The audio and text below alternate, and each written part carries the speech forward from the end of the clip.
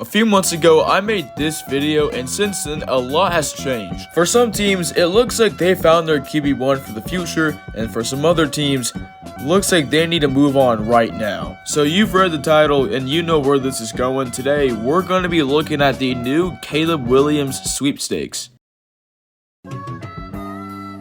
First team I'm starting off with is the Bears, because as of right now, the Panthers have the second worst record in the league, and the Bears have the fifth worst record in the league. So as of right now, they hold the number 2 and number 5th overall picks. If this happens to be the case, they could possibly trade up to number 1 with those 2 picks and some other assets if they wanted to. Now, if they do end up getting the first overall pick, it will be up to them to decide whether or not they want to use it or not, because they have a pretty decent quarterback in Justin Fields. So far this season, he's only started 6 games and finished 5 of them, and so far through those 6 games, he hasn't done bad. He hasn't been spectacular either. You see the stats on the screen, but however, he's missed the last few games due to an injury. The man who has been in Justin's place is D3 legend and rookie Tyson Bagent, and I mean, you look at the stats, he just hasn't been good. He's not going to be a QB1 for the future. Next team up is the New England Patriots. Now, this year, however, it's not going good for them at all. Right now, they're 2-8, and one of the biggest reasons why is because 2 of their best players who come on defense, Matt Judon and Christian Gonzalez, are out for a long period of time. Christian Gonzalez being out for the whole season. This has not been good at all. Bailey Zappi stepped in for him late in the game because he's probably going to take some middle linebacker from Hawaii that you've never heard of. The next team is the Dobbs. Just a few weeks before the season even began on August 24th, and he would end up playing 8 games for them where he did not do bad at all. He was pretty good there. However, with Kyler Murray soon returning and the Vikings in need of a quarterback after Kirk Cousins went down with an Achilles injury, the Cardinals decided to trade Josh Dobbs to the Vikings on trade deadline day. But Kyler Murray wasn't quite ready yet, so they would start 5th round rookie from Houston, Clayton Tune, against one of the league's best defenses in the Cleveland Browns. And as you can see on the screen right there, and you probably remember it since it was last week, he had a very sad debut.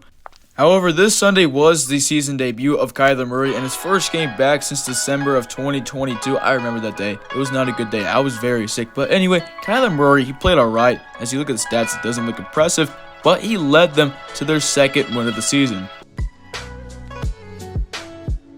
I know it said those were the last teams I'm going to be talking about, but real quick, I'm going to skim through some teams who aren't bad enough to get the first overall pick, but are in need of a quarterback and wouldn't hurt to trade up number 1 overall. Desmond Ridder has proven that he can't be a QB1 in this league, and neither has Taylor Heineke for the most part, and if it weren't for this poor quarterback play, the Falcons would be a playoff team right now. A healthy Kirk Cousins is a top 10 quarterback in the NFL, but with him coming off an Achilles injury, you never know what can happen. He might not come back the same at all. An Achilles injury can completely derail a career. The same thing goes for the Jets. Now, on the opposite end, it looks like Aaron Rodgers has been taking a lot of shrooms, and it looks like it's been working in his favor. He might return this season. I mean, you've seen videos of him literally throwing the football without any crutches or anything, so you never know. But if he doesn't come back, they cannot continue forward with Zach Wilson. I never understood why the Raiders got rid of Derek Carr to overpay for a worse quarterback, but so far it looks like it has not been going well. Surprise, surprise.